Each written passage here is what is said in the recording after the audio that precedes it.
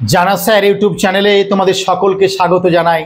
তোমাদের প্রথম এবং দ্বিতীয় গোলটেবিল বৈঠক আমরা দিয়েছি, এবার আজকে দিলাম তোমাদের তৃতীয় গোলটেবিল বৈঠক।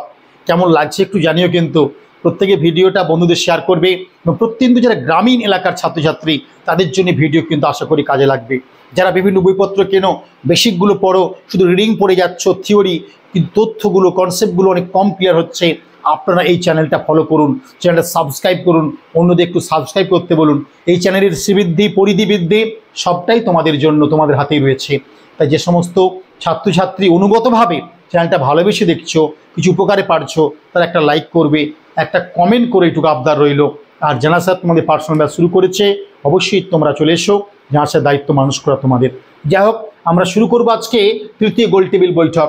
যে বৈঠক কিন্তু আমরা দেখবো সেই কিংসলে প্যালেসে বসেছিল লন্ডনে, সেই গান্ধীজি কিন্তু আর যায়নি, শূন্য হাতে ফিরে এসেছিলেন, তার আর গান্ধী যায়নি। এই তৃতীয় গোলটেবিল বৈঠকের মেম্বার কারা কারা কোন দলতে গিয়েছিল আমরা দেখাবো। কিন্তু এগুলোর উপরে প্রচুর এমসিকিউ আসবে পরবর্তীকালে, খুব খুঁটিয়ে এমসিকিউ। এখন এমসিকিউ ধরতে পারেনি, টপিকগুলোকে আস্তে আস্তে এগিয়ে যাচ্ছি। আগামী কয়েক মাস পরে দেখবে প্রচুর টপিক তোমাদের ভাসিয়ে দেবো, যেগুলো তোমাদের শুনলে প্রচুর উপকার আসবে। তবে পেড ব্যাচে লাইভ ক্লাস করুন না আপনারা, যে আসলে মক টেস্টগুলো দিন না, জীবন জুড়িয়ে যাবে তোমাদের, ইতিহাসটাকে নবরূপে তোমাদের কাছে মনে হবে শিখছি বা জানছি। তো আমরা শুরু করছি তৃতীয় গোলটেবিল বৈঠক, থার্ড রাউন্ড টেবিল সেশনস। কোথায় বসছিল? লন্ডনের কিংসলে হাউস প্যালেসেতে। দেখো, প্রথম এবং দ্বিতীয় এবং তৃতীয় তিনটে বৈঠকের সাল, ডেট বলেছি এবং কোন ভবনে বসেছিল তৎকালীন লন্ডনে। কাপ সিলেকশনের সিজিএলে আমরা দেখছি, রেলের প্রশ্ন গিয়ে দেখছি ভবনগুলোর নাম চাইছে। এই ইউটিউব চ্যানেল বন্ধ শুনুন না, আপনারা অনেক উপকার পাবেন। তাহলে ফেসবুক থেকে, ইনস্টাগ্রাম থেকে, ইউটিউব থেকে শর্ট প্রশ্ন পড়ে নেবেন না, শুধু 4টে প্রশ্ন, অপশন এটা উত্তর হবে, 2টো গল্প। এইটা কিন্তু করা চলবে না, শুধু কনসেপ্ট রাখতে হবে। যেই প্রশ্নই দিক আমার রেডি, মানে কনসেপ্টটা, থিওরিটা আমি জানি। থিওরি না জানলে না মুশকিলে পড়ে যাবে সবসময় আপনারা। যাই হোক, সেই তৃতীয় গোলটেবিল বৈঠক শুরু করছে। লন্ডনে হয়েছিল, গান্ধীজি তথা কংগ্রেস তৃতীয় বৈঠকে অনুষ্ঠিত যে হয়েছিল সেখানে কিন্তু যোগ দেয়নি, ভালো করে মনে রাখবে। তারা শূন্য হাতে ফিরে এসেছিল। গান্ধীজি কংগ্রেস ছাড়া তৃতীয় বৈঠক অনুষ্ঠিত হয়েছিল। কোথায় অনুষ্ঠিত হয়েছিল? লন্ডনের কিংসলে প্যালেসে অনুষ্ঠিত হয়েছিল। কবে শুরু হলো? সাল 1932, মাস নভেম্বর, ডেট বলেছি 5 থেকে 17 নভেম্বর চলেছিল তৃতীয় গোলটেবিল বৈঠক। যার শুরু হয়েছিল 1932-এ 5ই নভেম্বর। সবচেয়ে ব্যর্থ গোলটেবিল বৈঠক, ফেলিওর্স বৈঠক মনে রাখবে এটা। যেমন লর্ড লিটনকে বলা হয় উজ্জ্বল বিফলতা, তিনি ব্রিলিয়ান্ট, উজ্জ্বল, কিন্তু ফেলিওরের দিক থেকে ব্রিলিয়ান্ট, উজ্জ্বল বিফলতা লর্ড লিটনকে বলা হয়। পদক্ষেপগুলো উজ্জ্বল ছিল, সবই কিন্তু ব্যর্থ, তাই না? তেমনি গোলটেবিল বৈঠকের মধ্যে ব্যর্থ সেশন ছিল তৃতীয় গোলটেবিল বৈঠক। 112 জন প্রতিনিধির মধ্যে মাত্র 46 জন অংশগ্রহণ করেছিল ভারতবর্ষ থেকে এই তৃতীয় গোলটেবিল বৈঠকে। আর ইংল্যান্ডের শ্রমিক দল যোগদান করেনি। এটা পরীক্ষায় দিয়েছিল, তৃতীয় গোলটেবিল বৈঠকে ভারত থেকে কোন দল যায়নি? কংগ্রেস। আর ইংল্যান্ডের কোন দল যোগ দেয়নি? লেবার পার্টি বা শ্রমিক দল। Outstanding question. তৃতীয় গোলটেবিল বৈঠকে শ্রমিক দল, ইংল্যান্ডের লেবার পার্টি, ভারতবর্ষের আইএনসি বা ইন্ডিয়ার ন্যাশনাল কংগ্রেস কিন্তু যোগ দেয়নি, ভালো করে মনে রাখবে। আর এই যে বৈঠকটা হয়ে গেল তৃতীয় গোলটেবিল বৈঠকে, কংগ্রেস তো গেল না। ভারতবর্ষের তখন দ্বিতীয় বৃহত্তম দল হিসেবে আমরা পাচ্ছি মুসলিম লীগ। এই মুসলিম লীগ থেকে যোগ দিয়েছিল যে মানুষটার নাম আমি আগে বলেছি, তিনি আর কেউ নন, সেই সুলতান মোহাম্মদ শাহ তৃতীয় আগা খাঁ। ইনি যোগ দিয়েছিল মুসলিম লীগ থেকে থার্ড রাউন্ড টেবিল কনফারেন্সে। জন্ম মৃত্যু সাল বলে এসেছি, মনে রাখবে। আর উর্দু কবি হিসাবে যোগ দিয়েছিলেন মোহাম্মদ ইকবাল এবং মোহাম্মদ জাফরুল্লাহ খানও যোগ দিয়েছিল এই বৈঠকে। দেখো, দ্বিতীয় বা তৃতীয়তে উর্দু কবি হিসাবে যোগ দিয়েছিল মোহাম্মদ ইকবাল বা মোহাম্মদ জাফরুল্লাহ খানও কিন্তু সেকেন্ডের পাশাপাশি তৃতীয় বৈঠকে যোগ দিয়েছিল। আর তৃতীয় আগাও যোগ দিয়েছিল তৃতীয় গোলটেবিল বৈঠকে। তপশিলি জাতি থেকে যোগ দিয়েছিল, বি.আর. আম্বেদকর নাম বলে এসেছি, এবং যোগ দিয়েছিল। তিনি একমাত্র ব্যক্তি হিসেবে আমরা বলতেই পারি যে তিনি 3টি গোলটেবিল বৈঠকে যোগ দিয়েছিল, সেটাও কিন্তু উল্লেখ করে দিই। তিনি বলতে কে? বি.আর. আম্বেদকর। সময়কাল আগে বলে এসেছি, এখানেও দেওয়া রয়েছে 1891 থেকে 1956। জাস্টিস পার্টি থেকে নেতৃত্ব কে দিয়েছিল?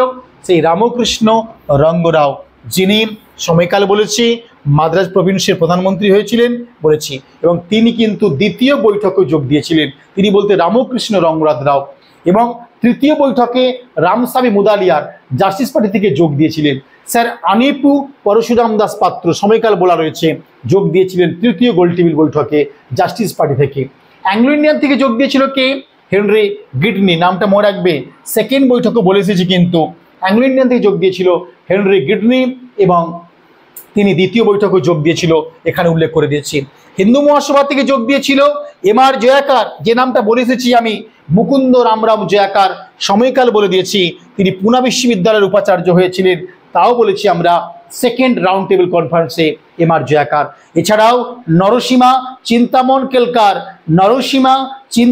কেলকার যোগ দিয়েছিল হিন্দু মহাসভা থেকে তৃতীয় গোলটেবিল বৈঠকে, নরসীমা চিন্তামন কেলকার। পার্সি থেকে যোগ দিয়েছিল কে তৃতীয় গোলটেবিল বৈঠকে? একবার দেখে নেব আমরা, কাওয়াসজি জাহাঙ্গীর, তিনি দ্বিতীয় বৈঠকে যোগ দিয়েছিল।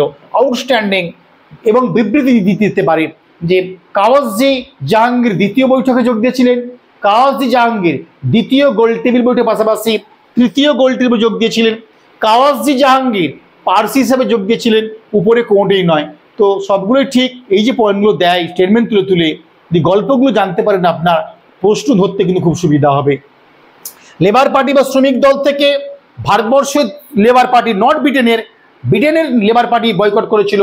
ভারতবর্ষের লেবার পার্টিতে গিয়েছিল নারায়ণ মালহার যোশী, এনএম যোশী, নারায়ণ মালহার যোশী। এই বৈঠকে তিনি যোগ দিয়েছিলেন তৃতীয় গোলটেবিল বৈঠকে। মহিলা হিসাবে যোগ দিয়েছিলেন যিনি গিয়েছিলেন বিগত দুটো সেশনে, বেগম জাহানারা শাহনওয়াজ, যিনি মুসলিম লীগের নেতা মোহাম্মদ শফির বোন ছিলেন। মনে রাখবে এইটা, মোহাম্মদ শফির বোন হচ্ছে বেগম জাহানারা শাহনওয়াজ। এই মানুষটা প্রথম দ্বিতীয় বৈঠকে যোগ দিয়েছিল। তৃতীয় বৈঠকে যোগ দিয়েছিল মহিলা হিসাবে বেগম জাহানারা শাহনওয়াজ। মোহাম্মদ শফি মুসলিম লীগের নেতার বোন ছিলেন তিনি, এবং তিনি দ্বিতীয় গোলটেবিল বৈঠকেও যোগ দিয়েছিল। আর একটা কি বলবো, বেগম জাহানারা শাহনওয়াজ নামটা একটু মনে রাখতে হবে। তৃতীয় গোলটেবিলে যোগ দিয়েছিলেন বেগম জাহানারা শাহনওয়াজ, তিনি থার্ড রাউন্ড টেবিলে যোগ দিয়েছিলেন। মনে রাখবে এইটা, যোগ দিয়েছিলেন। তিনি কি হয়েছিলেন? পাকিস্তানের যে গণপরিষদ, তাই তিনি যোগ দিয়েছিলেন 10ই আগস্ট 47 থেকে 1954 24 অক্টোবর। মনে রাখবে আমাদের 389 জনের গণপরিষদ গঠিত হয়েছিল। পাকিস্তান 90 জনকে নিয়ে বেরিয়ে গেলে ভারতের গণপরিষদ হয় 299 জনের। পাকিস্তান পরে 6 জন যোগ করে 296 জনের গণপরিষদ গঠন করেছিল। সে 296 জন আমাদের 90 সঙ্গে 6 যোগ করলে হয় শুধু 96 জন। হ্যাঁ, তাহলে আমরা একটু মার্ক করে নিই। হ্যাঁ, 389 জন আমাদের অখণ্ড গণপরিষদ গঠিত হয়। দেশ যখন ভাগ হলো 14 আগস্ট, এরা 90 জনকে নিয়ে বেরিয়ে যায়। পরে পাকিস্তান 6 জনকে যোগ করে 96 জন গঠন করেছিল গণপরিষদের মোট মেম্বার। আর 389 থেকে 90 বেরিয়ে গেলে 299 জনের সদস্য নিয়ে আমাদের গণপরিষদ, অর্থাৎ 1947-এর 15 আগস্ট থেকে গণপরিষদ কাজ করেছিল। মনে রাখবে এটা। আর সেই পাকিস্তানের গণপরিষদের মেম্বার হয়েছিল বেগম জাহানারা শাহনওয়াজ। আর সেই উদারনৈতিক বা লিবারাল দল থেকে যোগ দিয়েছিল কে? আগেতেও বলে এসেছি, এই ব্যক্তির নাম তেজ বাহাদুর শাপ্রো। তৃতীয় গোলটেবিল বৈঠকেও যোগ দিয়েছিলেন এই উদারনৈতিক দল থেকে তেজ বাহাদুর শাপ্রো। মুসলিম লীগ থেকে নামটা বলে এসেছি, ডক্টর শাফাদ আহমেদ খান যোগ দিয়েছিলেন তৃতীয় গোলটেবিল বৈঠকে। এই নামটা কিন্তু আগেও বলে এসেছি, আরেকবার বললাম, ডক্টর শাফাদ আহমেদ খান। শিখ সম্প্রদায় থেকে ভীষণ ইম্পর্টেন্ট তারা সিং মালহোত্রা যোগ দিয়েছিলেন তৃতীয় গোলটেবিল বৈঠকে। তারা সিং মালহোত্রা যোগ দিয়েছিল তৃতীয় গোলটেবিল বৈঠকে শিখ সম্প্রদায় থেকে। ইন্ডাস্ট্রিয়ালিস্ট বা শিল্পপতি হিসাবে যোগ দিয়েছিলেন পুরুষোত্তম দাস ঠাকুর দাস, নামটা মনে রাখবে তোমরা।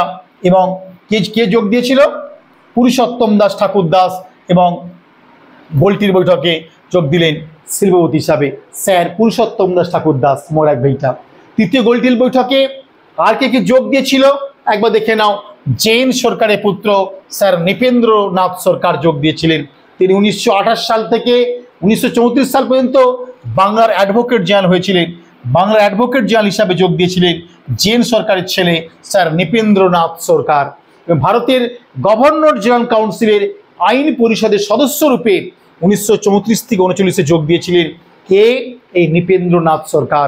বলা বাহুল্য এই নৃপেন্দ্রনাথ সরকারের দাদু ছিলেন প্যারীচরণ সরকার, যিনি মহিলাদের জন্য বারাসাতে মহিলা বিদ্যালয় স্থাপন করলো বা গার্লস স্কুল স্থাপন করেছিল। সেই প্যারীচরণ সরকারের পরিবারের লোক নৃপেন্দ্রনাথ সরকার, যার বাবা ছিলেন জৈন সরকার। তিনি বাংলা অ্যাডভোকেট জেনারেল হয়েছিলেন এবং ভারতবর্ষের গভর্নর জেনারেল কাউন্সিলের আইন পরিষদের মেম্বার হয়েছিলেন। এই মানুষটার কেউ নন, তিনি তৃতীয় গোলটেবিল বৈঠকে যোগ দিয়েছিলেন নৃপেন্দ্রনাথ সরকার। এগুলো ইন্টারভিউ ধরতে পারে। তারিজন সরকারের নাম শুনেছ? হ্যাঁ। ওই পরিবার থেকে কে যোগ দিয়েছিল? একজন নাম বলতে পারবে গোলটেবিল বৈঠকে? এই নামটা তো ধরতে পারে, এবং ক্লিয়ার করে বলার চেষ্টা করবে। এবারে আসি প্রভিন্সগুলো থেকে, দেশীয় রাজ্য। বরোদা থেকে, গুজরাটি বরোদা থেকে ভিটি কৃষ্ণমাচারী নামটা বলে দিয়েছি, তিনি প্রথম বৈঠকে যোগ দিয়েছিলেন। জম্মু কাশ্মীর থেকে ওজাহত হোসেন, নামটা মনে রাখবে, ওজাহত হোসেন তৃতীয় গোলটেবিল বৈঠকে যোগ দিয়েছিল জম্মু কাশ্মীর থেকে। মহীশূরের দেওয়ান, মহীশূর 1973 সালে মহীশূরের নাম হচ্ছে কর্ণাটক, সেই মহীশূরের দেওয়ান রূপে যোগ দিয়েছিল মির্জা ইসমাইল। হায়দ্রাবাদের দেওয়ান রূপে যোগ দিয়েছিল কিষেন প্রসাদ। উদয়পুর, রাজস্থানের উদয়পুর থেকে যোগ দিয়েছিল স্যার সুখদেব প্রসাদ। বিকানির, রাজস্থানের বিকানির থেকে যোগ দিয়েছিল মানু ভাই মেহতা। পাতিয়ালা থেকে যোগ দিয়েছিলেন লিয়াকত হায়াত খান, এবং আলোয়ার থেকে যোগ দিয়েছিলেন ফতে নাসিব খান। এই নামগুলো একটু মনে রাখবে, কোন কোন প্রভিন্স থেকে কারা গিয়েছিল, একদম তটস্থ করে রাখবে, তোমাদের কিন্তু কাজে লেগে যেতে পারে। যারা এইরূপ সোর্স পেতে চাইছো, WBCS ক্যান্ডিডেট, তারা দুটো বইকে পাখির চোখ করে ফেলবে। যে যাই বলুক, আমি স্যারের কথা শুনে বই দুটো ঠকে যাচ্ছি, ঠকে যাব বলে কিনে পড়ে একবার দেখে ফেলবে। আনন্দ পাওয়ার দরকার নেই, ঠকে যাচ্ছি বলে কিনবে। ইউনিভার্সিটি বইটা এবং তার প্র্যাকটিসের বইটা, বোধ ভার্সন, বাংলাতে প্রিন্টের জন্য, মানে ইংরেজি ভার্সনের জন্য, এটা টেক্সট বই, বিকল্প হতে পারে না। এই বই দুটো আপনারা কিন্তু দেখতে পারেন। যারা WBCS ইতিহাস অপশনাল নিচ্ছ, তারা এই বইটাকে একবার পাখির চোখ করে পড়াশোনা করবে ভীষণভাবে। WBCS হিস্ট্রি অপশনাল স্পেশাল কিন্তু ব্যাচ শুরু হয়েছে, আমরা আসতে পারেন।